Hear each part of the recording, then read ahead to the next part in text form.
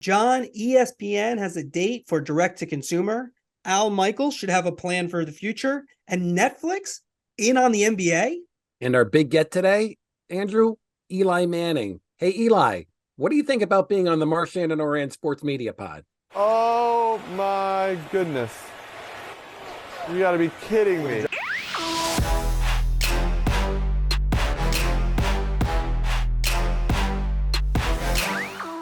And we're back. The Marchand and Ourand Sports Media Podcast. I'm Andrew Marchand, sports media columnist for the New York Post. He's John Ourand, the media reporter for the Sports Business Journal. In a little bit, we'll have Eli Manning from the ManningCast, two-time Sports Emmy Award winner, also won a couple of Super Bowls. That I think will be enjoyable. A lot of topics to cover: ESPN direct-to-consumer, NBA plan with Netflix, Al Michaels. But first, let's go. Who's up? Who's down? John, why don't you lead us off? All right, I'm going to Fox Sports and Brad Zager, who when the college football season started, I interviewed Brad, and he was ODing on Deion Sanders in Colorado. They started the season with Colorado and rode that to ratings gold. Colorado had more press than any other team. They got big ratings, and it was a great way to start the season.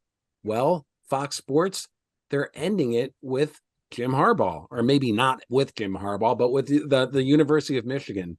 And the right now the storylines around Michigan are taking over college football. Michigan-Penn State game was the most viewed game of the day last Saturday when it was on in the noon window on Fox.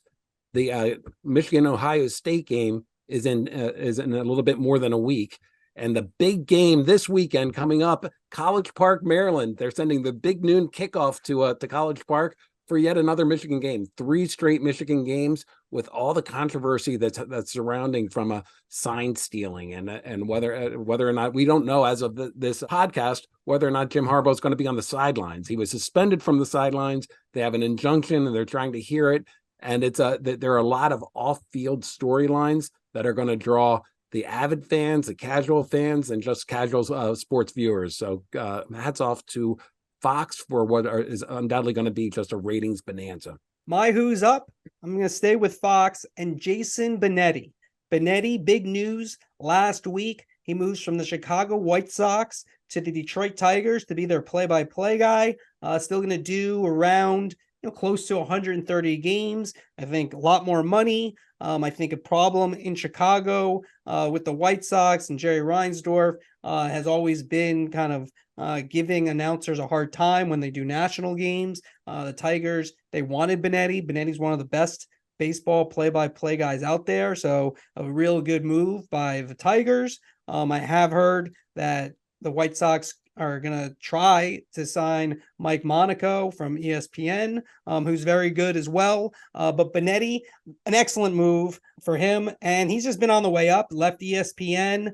He's a guy NBC thought about getting for that maybe Notre Dame role or the Big Ten role. They went to Noah Eagle. Notre Dame, they went with Jack Collinsworth.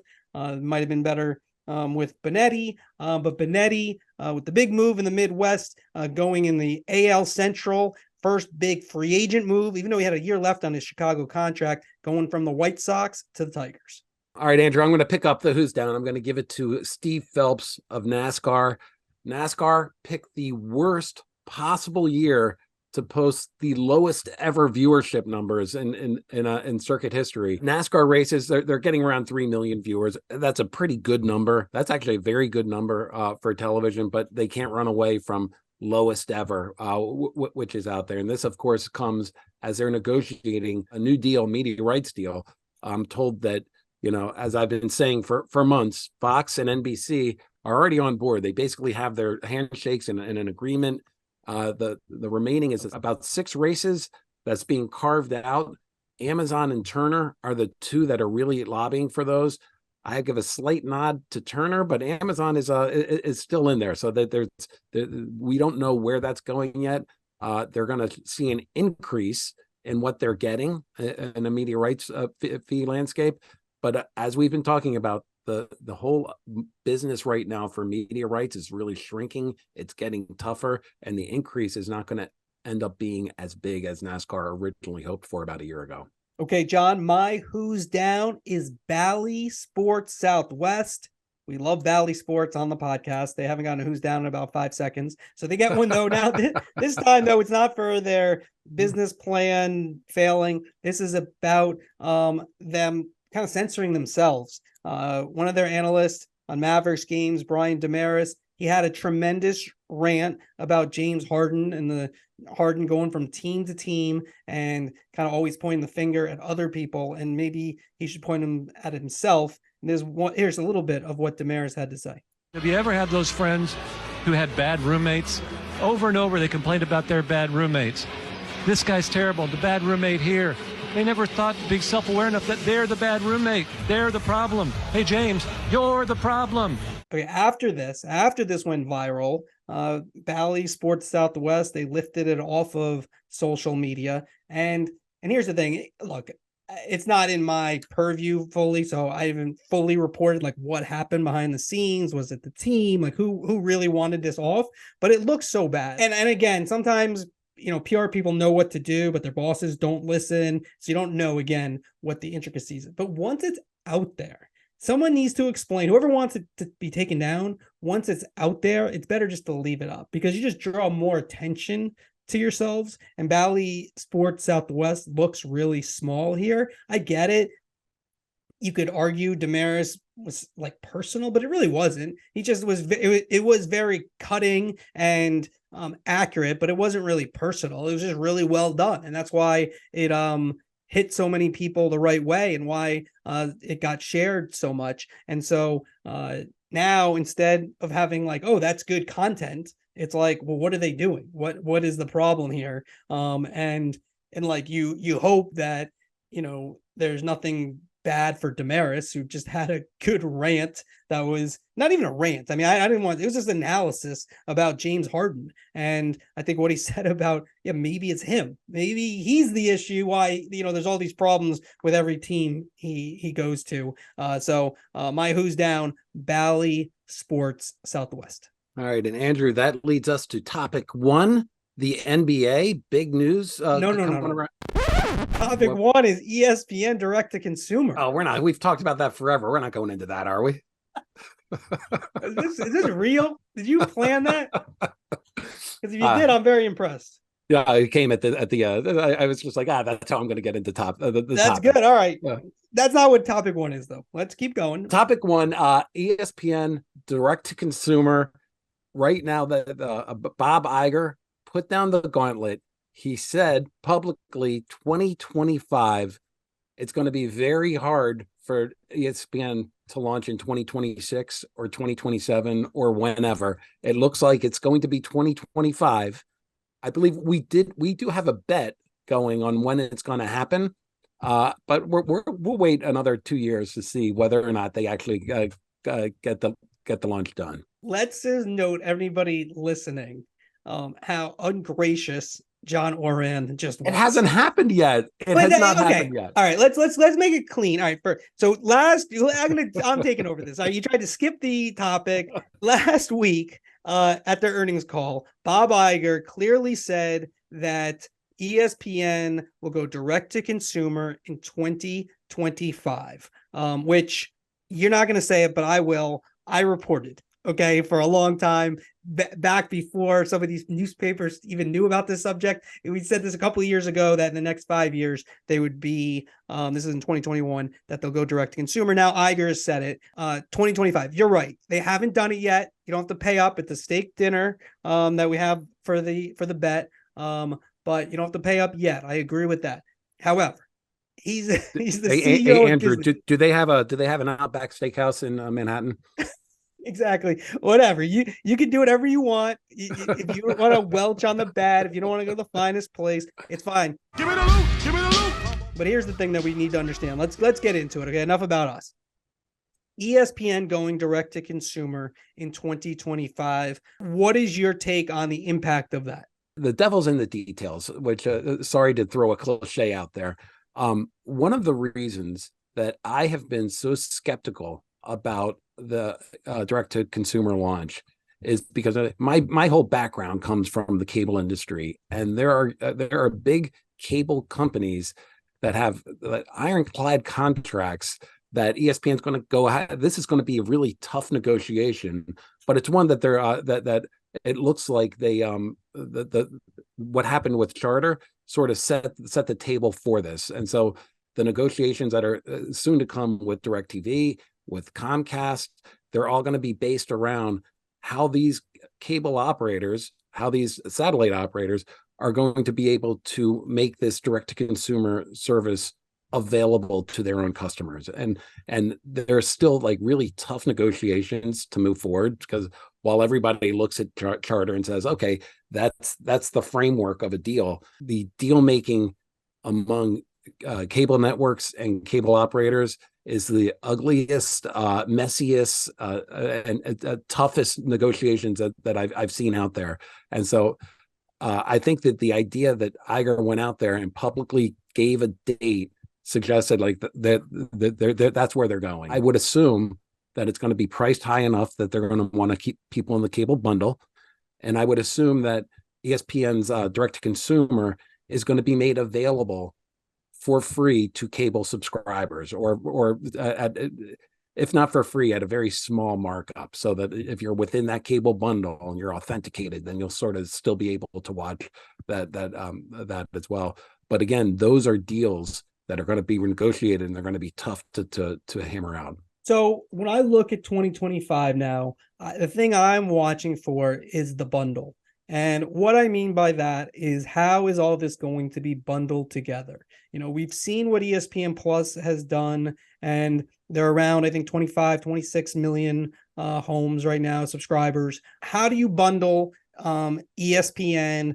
You know, when you talk about the Spectrum deal, that is definitely something of a blueprint, I think, that ESPN wants to use, which makes them more hand in hand with their distributors now, their longtime distributors. And I do think that's kind of where the strategy goes. And then I think something that we've talked about a lot, what happens to these local team rights? Can ESPN get their hands on these local team rights where they try to recreate a bundle that becomes even stronger? And I do think, I don't know if they'll be able to do this, but if they already get a digital partner, you know, obviously the Apples and the Amazons, but whomever, they already get a mobile partner, the Verizons, the T-Mobiles, if they already do both those things, and then if they are to get rights to these local games, it's a pretty powerful package that they could provide in terms of get all these games, and then for an extra $5, extra $10 a month, you can get your local teams. That does seem to work. And then you start bundling with Disney Plus and Hulu, and you know, how do they make that work so it's understandable to consumers, so they can, you know, they want these packages. One thing that I think is overrated, in my opinion, the idea that there's so many people who are right now going to just leave the bundle because ESPN goes direct to consumer. I just think when you look at it, and we've seen it on the regional sports networks, which have not done well. We don't really have exact numbers. We know Rob Manfred said about the Padres that they had 18,000 subscribers. But everything I've heard anecdotally is that these numbers are not good for these RSNs in terms of direct to consumer. And what that proves is that going it alone does not work. You need to be in a bundle of some sort. And I think that's what the leagues understand. That's what the digital players understand. That's what ESPN, Max, they all understand this. How does it all come together? And that's what those decisions over the next year or two, they're going to shape not only media, but sports in large respects. There are nothing but questions there. So I'm actually outlining my storyboard right now of the stories I'm going to go for. What happens to... Hold on, let me get my paper out so I can just do them before you. Pen and paper, ready? Hit record now. What happens to all of the rights that are exclusive to ESPN Plus? The Ivy League has a deal on ESPN Plus. If ESPN and all of ESPN goes direct to consumer, and you have NBA local rights and they have the NHL out of market package on there, do they need those small college conference rights or those international soccer rights to help build an audience there? Yes, I would say yes. Those help because they're not big money, but they're sticky. Okay, let's go to a big money thing then. UFC is a deal that's coming up. UFC undeniably has helped goose the number of subscribers at ESPN Plus. If ESPN just goes direct to consumer, do they need that especially at that expense that UFC is going to go for? I mean, these are sort of questions that are certainly going to be out there. And the one thing about the Ivy League is not a lot of money. But the Ivy League plus the, MAC plus the, you keep adding on the conferences, that does turn into a cost center. And like, if you're not getting the numbers on that, then they're going to be really vigilant about getting rid of those. They'll be able to see. I mean, it's like all this stuff now. They've already seen. Yeah. Yeah. That you could see, all right, this is how many people are watching this. This is important programming to this amount of people. So this is how much it's worth. But I think most of these things, you have one thing that in a bundle, there's one thing that you really pay for, whatever that is. And then you get everything else. That's the key to the bundle working, and just how you watch cable TV. The problem that I think that, when you go to loan, if you're even if you're the Yankees, is that if someone gets the Yes app and then they figure out, well, I'm actually not watching Yankee games, then they cancel it. When you're cable, you didn't do that. What does go it alone mean for you? Just ESPN, or do you consider a bundle to be ESPN, Disney Plus, and Hulu? Yeah, that'd be a bundle. I mean, I also think there's a sports bundle where you have so much, and this is where ESPN has a chance to perhaps win, is that you have so much that you have to have it. It to me, the bundle works is that you have to. It's like not even quite like when we were in our teenage years. Now, remember, I'm much younger than you, but so you're like in college, maybe.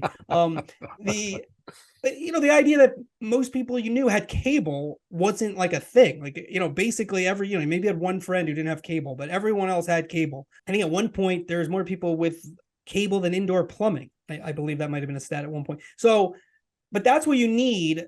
That's where like Amazon to me, when let's move into the NBA right now. Amazon to me has an advantage because a lot of people have Amazon Prime. So the base is not is big. And that brings me to your story that you had this week, NBA and Netflix just beginning little talks maybe about the in-season tournament. The thing that Netflix brings to such a deal is that they do have a lot of subscribers. So it's not as if like there's not a big base that Netflix has. Now, are there a lot of people who are going to subscribe to Netflix for this in-season tournament? That I would question personally if I'm Netflix. Like, I don't know how many more people you have that you don't have, maybe internationally, but I don't know if you're bringing a lot more extra people for an in-season tournament if you're Netflix, at least domestically. Andrew, the key word that you said there was domestically, because the idea is something that I didn't know before this, is that the NBA, similar to the MLS, when it did its deal with Apple, all of its international rights deals are all ending by 2025. So those are going to be available. So if you're Netflix, potentially, if you want the rights to the in-season tournament, you can buy the global rights to an in-season tournament. And Netflix has more than 247 million subscribers worldwide. We had a media conference, the Media Innovators Conference in New York. We had Bill Koenig, who was my Who's Up last week. He was at the conference and he talked about the definition of reach that was changing. It's true, because when we talk about reach, you and I always talk about the broadcast networks, ABC, CBS, Fox, NBC. He's looking at Prime Video, which has more than 200 million subscribers worldwide. I don't know what Apple TV Plus is, but worldwide, it's a pretty significant number. All of a sudden, you're looking at these streaming numbers and the amount of people that streaming can hit, and it becomes the reach becomes a lot bigger than anything that TV networks can compete with. But we still think, though, ESPN, we still think Turner, we still think third package digital, Amazon probably with the advantage right now, NBC possible. You keep bringing up Netflix, which might help drive up the price, John. I mean, no, they're real Netflix. I don't know. Actually, I will say, let me just say, I'm skeptical on Netflix, but maybe. Look, if you read my story, I'm not saying Netflix is getting it. You were fine. That Good Netflix story. Approached and has an interest in this. And what I find to be interesting about that, though, Andrew, is that Netflix, like we see a window into how they're going to get into sports at some point. They have an ad tier. And live sports is something that they can sell ads around, and live sports is something that especially the NFL and soccer is something that all these streaming companies have shown, draws audiences. Talk to anybody at Amazon, talk to the Apple TV as well. Can I interrupt you for a second? Can I ask you a question? How much do you think an in-season tournament, just approximate, nobody, don't take this to the bank, anybody, like Netflix would have to pay for per year for an in-season tournament? Oh, I don't even want to venture a guess on that. Do you think 500 million? Again, you're going to throw out numbers. I don't. All right, let's just say it's 500 million. Would they be better off putting 500 million into the next Stranger Things, et cetera, and just throwing a lot of darts out there, or going for? Now, this is the pitch that the leagues get. It's like, you can try to get the next Stranger Things, but for every Stranger Things, you have 9 that are total failures that you spent a lot of money on that didn't work. If you get the NBA, you're guaranteed a certain number of viewers that come with it. You can do this shoulder programming around it, like a Drive to Survive type series around the in-game. Okay, those are overrated, just for the record. Go ahead. I by the way, look, Netflix. I'm just going through the pitch. Beckham, I found it very enjoyable. I thought it was very good. I recommend watching it, even though, I think he's a producer on it, but it was very enjoyable. Those are good, but Netflix gets way too much credit. They all the networks do. ESPN's been doing 30 for 30s forever. They all do their own different documentaries. Now, they've done some good ones. I mean, Formula One especially, got a lot of rave reviews, but it's just overrated, like how much of an impact. Can we see some viewership numbers? I'd love to see those, because I know what approximately the viewership numbers are for some of these really successful 30 for 30s, and they're not as great as they're not like to even mention them with live sports is ridiculous. I tend to agree with you. I really do. I do know that every single league takes a look at not just Drive to Survive, but think about a Hard Knocks, like the idea that markets the NFL. Not that the NFL needs a lot of marketing, but back in the day, Hard Knocks also doesn't do great numbers. Back in the day, it did back in the day, but this is 2023. But the Hard Knocks is sort of a little bit long in the tooth now. It's like you get something new to come out and get in there. All of the leagues, I tend to agree with you. I feel like there's too many executives and people have to justify their jobs in these things, and they manage for each other instead of actual what the numbers say. I think there's true of a lot of businesses. There's a lot of managing up and trying to impress each other. And I'm not saying those aren't good. They are good. But if I'm making a decision, that would not be anywhere close to where in my decision, oh wow, they could do an in-season NBA behind the scenes thing. Those other shows worked also predominantly because we aren't interested in those shows. We're not interested. There's a lot of people like F1. Don't get me wrong, you F1 crazies. Okay. I know there's a lot of people who love F1, but when they introduce the stories, and I watched half of that series, those are interesting because we're introduced to new people. The NBA is a little bit more difficult to introduce new storylines and more behind the scenes stuff we don't know. It's over covered. Okay. Adam Silver had comments about how it's covered. He doesn't like it enough. Everyone wants to cover sports media, but bottom line is, I don't know. I'm getting too much off of this, but I just feel like I have to say, the Netflix, there's just way too much Netflix is in sports. They're not in sports. I mean, they're doing a golf thing with F1 drivers and somebody else, and live sport. That's not live sports, guys. Come on. So I'm just telling you that at Netflix, when it comes to negotiating for rights, or at least kicking the tires on rights, that's a big part of their pitch, is that they're going to go in and they're going to create all this programming around it. The programming generally is very positive for the league, and that's a pitch. I'm just telling you, it resonates with the leagues and it resonates with the conferences. I know there's a lot of network executives who listen to our show. Guys, if you're listening, and gals, you should put programming around these sporting events. I know you've never thought of that or done that. That would be amazing. This is more than a pregame and postgame show. This is this is a Netflix style documentary. I mean, you certainly you think that the Netflix documentaries are a different form of documentaries than we have seen. Yeah, I mean, they're like you said, they're very positive. And they give you behind the scenes look at things where nobody's going to look back. Look, and I mean, look, if the NFL was smart, I'm gonna say this, again, because I know there's people listening, they should create something like a films division where they like kind of where they have all the historical video of all. Oh wait, NFL films. Oh yeah, they have that. Okay, enough on this. Okay, I mean, great for Netflix. They've done a couple of documentaries. Everyone else does too. All right, let's move on. But before we go on, all right, Andrew, we could stay on this topic, I think, for another 15 minutes, but let's go into a big story that you had in the New York Post about Al Michaels. You actually interviewed Al and talked about his calls this year and last year. If you go on social media, he's getting a lot more criticism than certainly somebody as great as Al Michaels is used to.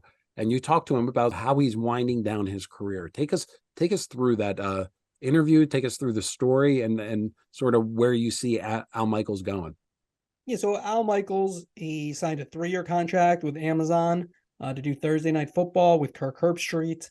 And it hasn't been the same Al Michaels. Like we talked about it at one point. He asked me, "Well, what do you think? How I'm doing?" And in the past, I used the analogy. He was throwing, his peak 97, and then his later years at NBC, I would write that he's in the low 90s still, but on the black. And now I told him, I think you're throwing 85 at times. I feel like the enthusiasm isn't there all the time. My major point with this is that Al Michaels might be the best ever to call the NFL on television. And I think with these things, you want to be a year early than a year late. And he'd be better off if he said next year's gonna be my last season, because he could lose the narrative here. Okay, because usually these things do not take a U-turn once they start. That's very unlikely for that to happen. And Al says that he's doing the games the same way, which I don't think is fully true, but I also think the games aren't as good. He's been doing the top game for basically 3 decades, dating back to Monday Night Football with ABC and then moving to NBC on Sunday night. Now they have some good games. This week they happen to have a really good one. And then they have some. And, it's become a thing, which I don't think is good. When a guy is making between like $500,000 and $1 million per game. Well, Al Michaels survived the Bears and the Panthers. Like that shouldn't be a thing. Like, Al is a legend. And deserves all the credit he has received. But his job to me, it's not to promote the game, but it's also not to degrade the game. And that's not like being like an NFL. He's like the only announcer who could get away with it. Any other announcer, the NFL would say, stop doing that because he's Al. But I think what he loses sight of, and people who kind of like that, is we're all tuning in to watch the game. And most of us have a reason for tuning in. Either you like the team, you can have a bet on the game, but you're into the game. And so, and he hasn't he'll argue he hasn't done that, too much. But that's the major point that I made. And I think, he and Herbstreit, he didn't necessarily want Herbstreit. He wanted Collinsworth. He wanted Aikman. He didn't really want a rookie, but I think Sean McVay would have been of interest to him. And then they went with Herbstreit, who I thought would be better. Like he's a college guy, but I thought he'd be better. Feels like he's just kind of dropping in and doing these games. And there's just not, I think with a higher energy play-by-player, Herbstreit might sound better, but it just hasn't been great. And Herbstreit, his stated goal at the beginning, said to me, was he wanted them to be the best broadcast in sports. I don't know if it's the best broadcast on Thursday nights. So it's, they gotta. So it hasn't been great. So that was the essence of the column. Let me say one thing in Al's defense is I talk about a lot of times about the big game voice, and somebody that's been a part of my sports viewing since the early 80s. Since the 1980, hockey game and some of the baseball World Series after that, the energy might not be there like it used to be. It certainly doesn't appear to be there like it used to be, but the voice still is. And so as somebody that's just kind of tuning in, especially tuning into a brand new, I was going to say network, but to Amazon, which is, just producing it for the first time, hearing somebody so familiar, it's like a warm glove. And I'm willing to, as sort of a casual Thursday viewer, I'm willing to forgive some mistakes. I'm willing to forgive some lack of energy much more than I would if it was just kind of a younger person that's voice doesn't sort of resonate with me and make me feel a certain way. Well, let me be clear, and I said this, like Al can still do it. Like he he's not as good as he once was. Can he still do it? He can. It's just that these things generally do not take U-turns. They generally get worse, not better. And so I always, like, I would say to get out in front of it, it just takes all the, again, it's his life. He should do what he wants. I don't think living for legacy and all that stuff, it's his life. He can do what he wants. And obviously Amazon and the NFL, they can decide what they want, but he didn't necessarily want this job. He wanted first to stay at NBC. Then he tried to get the Fox job. He was maybe going to, if Joe Buck doesn't go to ESPN, he probably ends up there. And then he ended up with Amazon. And it's a little off Broadway for him. And so I just think that you get a little bit ahead of it, it's better for him, in my opinion. That people close to him, they told him, you know what, he said he didn't want a big parade. He doesn't want a big send-off, fine. Doesn't need to have that. But I just think you get ahead of it, and then it becomes all gravy. But again, he might want to do it for a much longer time. I think what the plan that I said would work out better. All right, let's go to Eli. All right, John, let's bring in the big get, Eli Manning, 2-time Super Bowl champion, 2-time Sports Emmy Award winner. Pretty good, Eli. Of course, the ManningCast on ESPN2. Has his own college football places for ESPN Plus. He and his brother Peyton, big TV stars. Our pleasure, Eli, to have you come on the Marchand and Ourand Sports Media Podcast. Yeah, thanks a lot, guys. I'm excited for this. Where are the Emmys, Eli? That's a good question. That's just like it's one of those deals. You're playing football. It's never a dream of mine to win an Emmy. I no possibility of me ever even having the opportunity to win an Emmy. It was not in my mindset at all. But I do have it. They're in my office, and proud of them, and excited, and knowing that this is my world now. But where are the Super Bowl rings? Super Bowl rings are in my house. I try not to be too specific and tell someone so they can have like a pipeline if they want to come find them one day. It was funny though. A few years ago, we moved houses, and like 3 years ago, and I kind of had some stuff and the Super Bowl rings. I'm like, hey, I'm gonna take these with me. So I had them out kind of in my office area, and my kids, they came in, they're like, what are these? I'm like, oh, these are the Super Bowl rings. They're like, you got rings for the Super Bowl also? Like, we've seen the trophies, we've seen the Super Bowl MVP trophies. Like, we didn't know you had rings. And they're like wearing it and running around. So they don't come out all that often. Well, I want to go back. And longtime listeners to this pod know I'm a big fan of the ManningCast. That's how I watch Monday Night Football. I love getting in there and just watching it like in your living room with you. When Peyton came to you a couple of years ago with this idea, how did he pitch you on it? What was the idea? I think the idea was just to watch football how we watch football. If we were together, kind of how we watched it growing up, even now, even if we're not together and we're both watching a game, happen to watch the same game, we'll call the next day and like analyze like what went wrong and hey, what could they have done differently? The scenario of the 2-minute drive, a 4-minute drive, did they threw it on this situation when they should have run? All those things. We always talk ball like that. And so I think that was the idea. It's like, let's watch it the way we would watch it. We don't have to talk about the first and 10 run for 2 yards. Like, we don't have to analyze that. We don't care about that. We would never talk about that if we were watching it. But we can talk about 2-minute drives, third down plays, just what's going through the mind of a quarterback in this situation. Are they calling 2 plays in the huddle? And then, Snoop Dogg just might pop in the room also. That happens all the time when we were growing up. Snoop Dogg might just come in and watch a few games with us. And so that was the idea, which I was excited about. I really had no interest in doing the regular broadcast, but doing this with my brother and watching football, how we watch football, very comfortable. I don't have to know the name of every single player on the team. And this is, it's been fun to do this. Was there a light bulb moment? Was there a moment where you realized that this was going to be successful? I think I had a feeling it might be successful when the very first week that we did this, and Peyton was nervous, as you can imagine. He's over prepared, and he's like, we don't have enough stuff. We don't have enough like skits going on. And what are we going to talk about? I'm like, Peyton, there's a football game. Like, we're going to talk football. We don't know. We can't just know exactly what we're going to say all the time.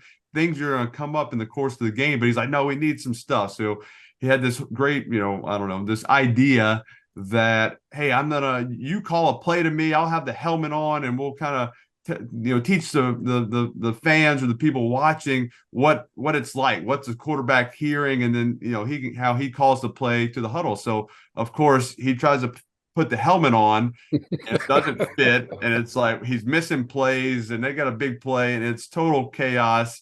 He's frustrated, and I remember like the next week we had like a little debriefing.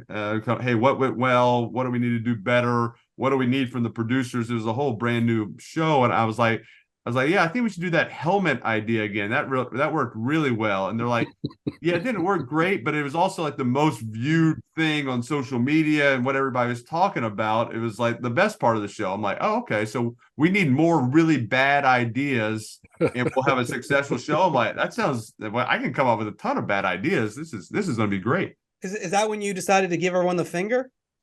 And is that why you won the Emmy?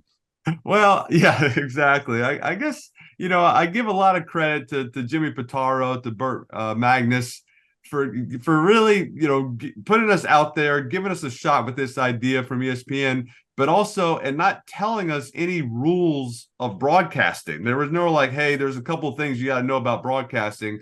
Don't give the bird, don't curse, don't talk about a streaker if he's on the field and like someone tackles, don't mention that. Like, none of that was talked about and told, like, hey, don't do any of these things, either the no-nos. Like, we had zero coaching. There was like, go out there, figure it out. And I learned through the double bird experience. I said my apology afterwards, but also learned that since I did it in context, meaning I wasn't like giving you the bird, I was saying a fan was giving me the bird. I was just showing what they were doing. There's like a little loophole in the system there where you don't get in too much trouble. It's all in the context, Andrew. There you go. Exactly. Now, we always see, the difference between the two of you. We saw it, as players as well. But why personality wise, do you think you guys are so different in terms of just how you look at, like, it seems to me, you tell me if I'm wrong, in terms of how you approach life and how you approach the show and just preparation. And, it's pretty interesting considering your brothers. Yeah, man, I guess it's just always been that way. Peyton has always been like that super type A, just, almost, over prepared, very worried about everything, just kind of thinking about every possible scenario that could maybe happen, stuff that has zero chance of happening. He's still going to prepare for it and just wants to have tons of information. And I think maybe just growing up and seeing him and like how stressed he was all the time about everything, I'm like, well, I don't want to do that. I don't want to go that route. I'm still going to be very prepared. I work very hard. I'm very competitive.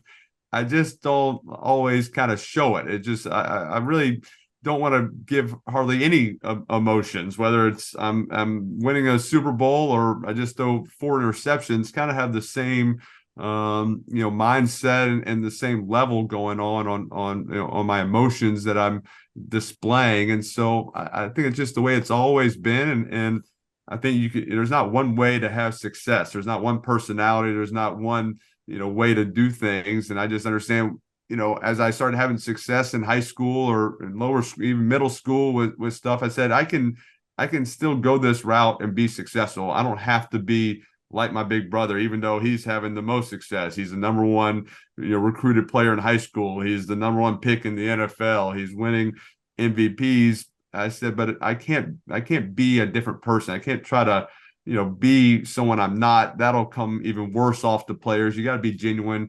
You got to be yourself. Now, we all know your dad was one of the greatest college players of all time. Had a good NFL career, had some, tough teams to play with. But he also, down in New Orleans, was a pretty big broadcaster doing the radio games, and then had a chance to be on NFL primetime with Chris Berman and Tom Jackson. Could have been a part of that crew, chose not to do. I think to watch your games, if I'm not mistaken, did not want to be away on the weekends. So just growing up in terms of broadcasting, like how big a part of your life, I mean, obviously the football was number one, I would say, I would presume, but how big was broadcasting in terms of watching what was going on, watching your dad, and then, watching the networks? Yeah, I mean, I think we definitely watched a ton of sports growing up, and especially football. I mean, Saturday and Sundays was, hey, we're watching the big games, and we were into it. And so we definitely listened. We would go to the Saints games growing up, and with my dad, he would go into the booth, and I'd be there with Peyton and Coop watching the game. We're in the stands, kind of just that was our moment. My mom didn't want to go; she just kind of dropped us off, or maybe picked us up if my dad had to stay later. And so just being around sports, being around football is always important. If the Saints were away, we'd kind of mute the regular TV and listen to my dad on the radio. He and Jim Henderson calling the games, and I think so. We definitely knew what was going on, listened to it, but it was something that, for the same reason my dad didn't go kind of all the way into the full broadcasting and eventually stopped, is that he wanted the weekends to be around us. He wanted to go to our high school football games. He wanted to go and go to our college games as we were doing that. And if he was broadcasting, if he was away every weekend, he would have missed out on a lot of stuff. And so that always, I always remember that now. Probably why I didn't want to get into the regular broadcasting also, having to be gone 20 weekends every year, no home games. And to do this, I do it on Monday nights. I have dinner with the family. The kids usually come down into the basement with me for 30, 40 minutes beforehand. They're running around, they're playing sports, they're throwing the football around. I got to include my daughter in the show last night. So I think this is a much more family-friendly way, and it's not a stressful situation for me. It's something I truly enjoy doing, and I get to do it with my brother. Eli, I want to build off that question for a second. You were, of course, quarterback in New York, a star quarterback, Super Bowl winning quarterback in the biggest media market in the United States. How did you approach dealing with the press? I think I learned early on that you can't read everything going on. You got to have an idea of what someone's saying about you. You can kind of figure it out by the questions they're asking you after a game or in the media, what they might be writing.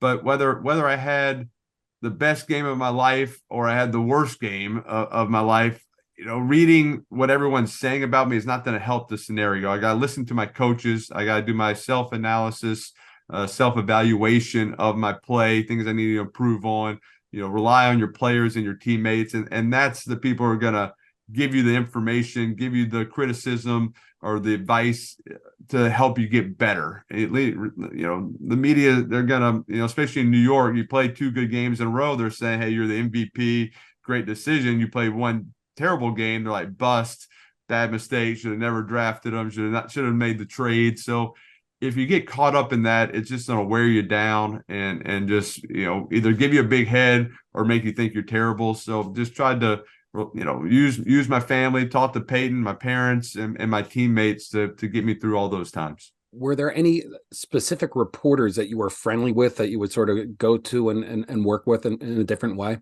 No, I mean, I knew all their names, was friendly to them, but I don't know. I kind of always felt that I needed to keep my distance a little bit. I was not the person, hey, I was gonna give my cell phone out or they could reach me.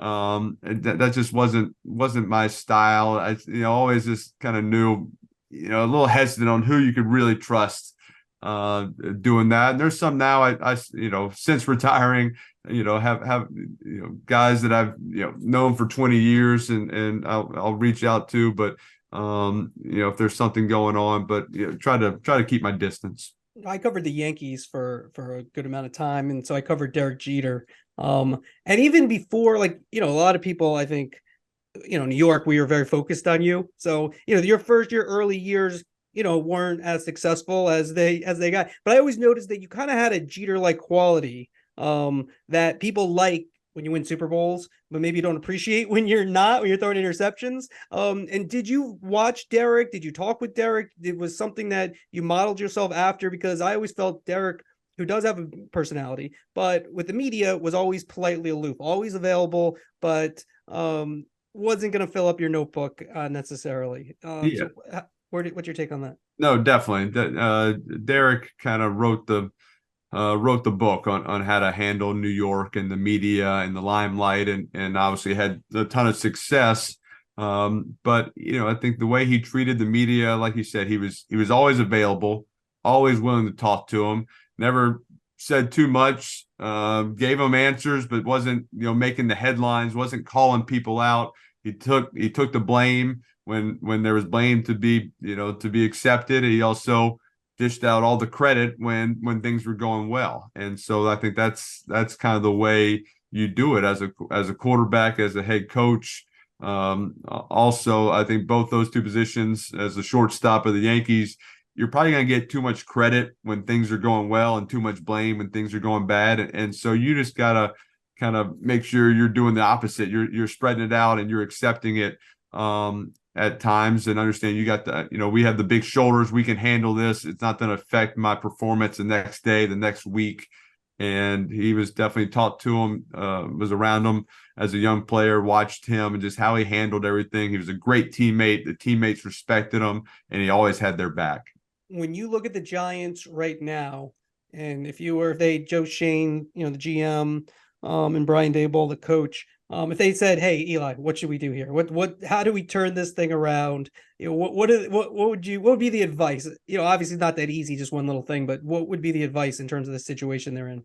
Yeah, it's a tough situation. I think you just keep fighting. You find ways to, hey, how can we stay competitive? How can we keep games close? How can we rally the team and just get something more offensively? We have a free agent, rookie quarterback, getting his first start. That's a tough situation.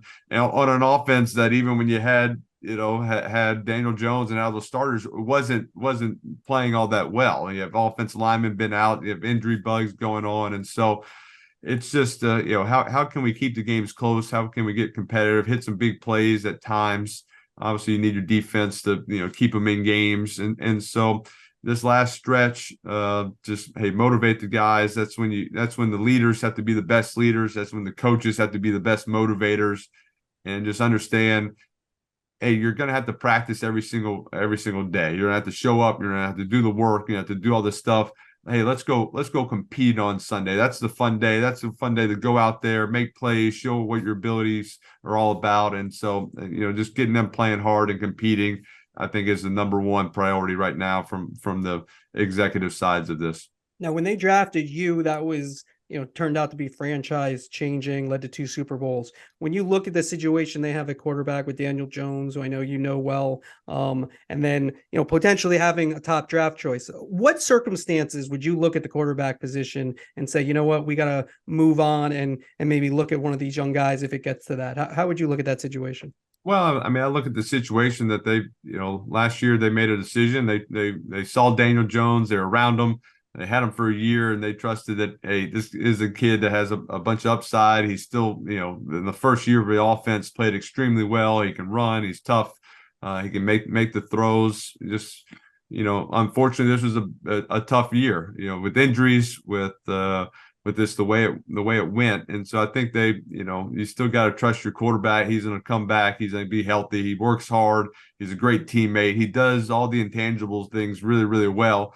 And I think they, got to trust him, can put some guys, get help around him, and continue to grow with these teams. I think when you sign, your key guys to contracts, Saquon, Dexter Lawrence, Daniel, sign a Waller, like, you put these guys, you keep got to adding guys around them and fitting it. You don't just say, hey, switch it up right away because you have one bad year. Look, you're obviously a Giants guy, the whole career. You sound like a fan. Do you live or die with some of these results? Are you a legit fan like that? I think it's different when you played for a team, and so I resonate with the players. I think about what they're going through. I'm pals with Daniel Jones. I talk with Saquon and Sterling Shepard, the guys who I played with, and so I feel for them. I feel for more of the players than like the diehard fans that have been watching the Giants for 40 years and they go to every game and it's like the family tradition. We go to the games. When I'm there, I'm cheering for them and I want them to win. It's one of those deals. If they happen to lose, it's not going to ruin my Sunday, my Monday, my Tuesday. It used to, as a player, it does. And I think it's stressful. It's stressful for my family. It's stressful for my wife, like to the extreme. It's, it like ruins the rest of your week as a player. So I'm like, I don't want to do that anymore. I'm a fan. I root for them. I'm there to support them. Want them to do well, just try to do anything, be there for them in any possible way. But I'm not going to let it kind of ruin my week if things don't go well. Andrew, I have one more question. I loved listening to you talk about sort of growing up, with your with your dad and with your older brothers and stuff. My earliest football memory is 1974, the Clinton Longley Thanksgiving game. What's your earliest football memory? What is my earliest football memory? That's a tough question. I think for me, it's probably not watching a game. It's more being with my brothers. We had a great front yard. We'd have these pickup football games. And you got to understand, I'm 5 years younger than Peyton. I'm 7 years younger than Cooper. So it's really all their friends are around. And these are my heroes. These are my role models right here. These are the ones, I'm getting to watch them play 8th grade football and 7th grade football, going to their games, watching their basketball games. And for me to be there, and every once if there was an odd number, I might get asked to come and play with them. Most times I was just asked to be the permanent center for both sides. Not that fun. Center was eligible back then. So I every once in a while I might get a little, center wheel route down the left sideline and get it. But it was more being outside, being with my brothers who I looked up to so much, and just playing football, playing pickup basketball, playing sports, kind of just, pickup games was what I love to do, and probably some of my fondest memories. I envision your dad peeking out the window to make sure everybody's running the proper routes. He was kind of, he would help coordinate it some. Sometimes he would play permanent quarterback. That's a pretty good permanent quarterback. That's pretty good. Pretty good permanent quarterback. A good day. That was fun. Now, when you retired, there wasn't really an expectation that you necessarily would go into media. Did you have opportunities to do games on Sundays, or or other? What kind of chances did you get? Who came after you? I really, said I have no interest in doing that. First off, I do not and still don't feel that I'd be very good at it. That's just not my personality, not something I would think I would just in that normal way of broadcasting would be good. I think it'd be a lot of prep. I think it'd be stressful on me. You'd be traveling all the time. I think it would have a big impact on just my family life and my happiness, and would not enjoy it. And so I never pursued that. I think having Peyton retired 5 years before me, and we talked about it a bunch. He got pursued a bunch. He had options, and we talked through a lot of those scenarios and what was going on, and it always kind of came back to, do you want to do this? Do you think you'll be good at it, and do you truly want to do it? And miss time with your kids and being their coach, and you're gonna miss out on a lot of family life, and so I think having my dad kind of go through that same scenario and make the decision that he made had a big impact on us and our decision making. But now you're everywhere. And so the question I have for you is, what do you want to do next? Like, what is the thing that is you kind of, now that you've gotten into it, you say, you know what, I'd like to try to do this? I don't know if there's something specific. And I think I'm willing to kind of listen to all sorts of opportunities. And I truly love what I'm doing. I like what I'm doing with Peyton. It's just the idea of doing something that we did as kids and we still get to do it again now, and watching football, staying involved in the game, which is what we've been working at this and playing this sport for so long. It's what we know. Get to still talk with some of the coaches, some of the players, hear ex-teammates, ex-coaches, executives talk about, hey, we watched the game and love what you're doing. They give, sometimes they're the ones that, hey, you should try this, or ideas. I'm like, all right, yeah, I can take that to Peyton and take that to things to the producers. So I enjoy what I'm doing. I don't know if I'm looking for too much more than what I'm already doing. I get to coach my kids in their sports. I'm home, most nights for dinner, and travel around a little bit, but kind of get to pick and choose what I want to travel around for, and can base it around my schedule, so I can still go to Giants games, bring my kids to Giants games and root for them, and still do Monday nights with Peyton.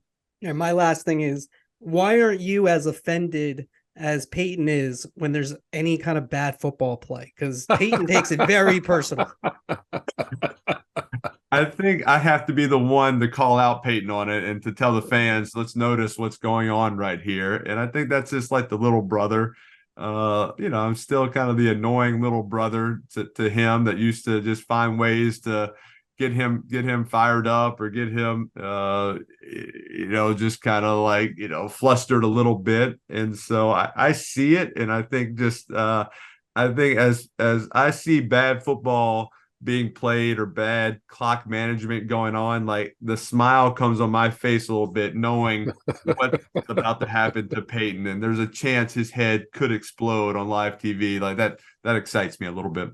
That'd be good for the board. Yeah, it would be good for the board. If I could get the prediction panel, giant head of him to like explode somehow, that's next level. Good idea. See, this is how the ideas start coming, right You're there. welcome. Eli, I want to let you go, but you mentioned coaching your kids, and I'm just wondering what your demeanor is like on the sidelines. You're not like Coach Coughlin, are you? I'm not like Coach Coughlin. I'm pretty kind of sarcastic with the kids, and try to just get them to enjoy playing sports. And I usually stop. Like I got some basketball. I'm coaching my 4.5-year-old son, which is total chaos. Doing some of the girls, and they're third grade, maybe the fifth grade team. We'll see how that goes. But usually, what I've learned is kind of fourth grade, I usually stop. That's when the parents might email you complaining about playing time or have suggestions, and I'm like, no, I'm not. First off, how'd you get my email? Second off, like I'm not doing that, going that route. It's I want all these kids to come in, have fun, learn some aspects of the game, and enjoy meeting new kids, being around them, and having a great team environment, and supporting each other. I'm big on high-fiving after someone makes a goal, play kind of great defense. I for some reason I think more about defense than offense, and putting in great plays. I'm more kind of an effort.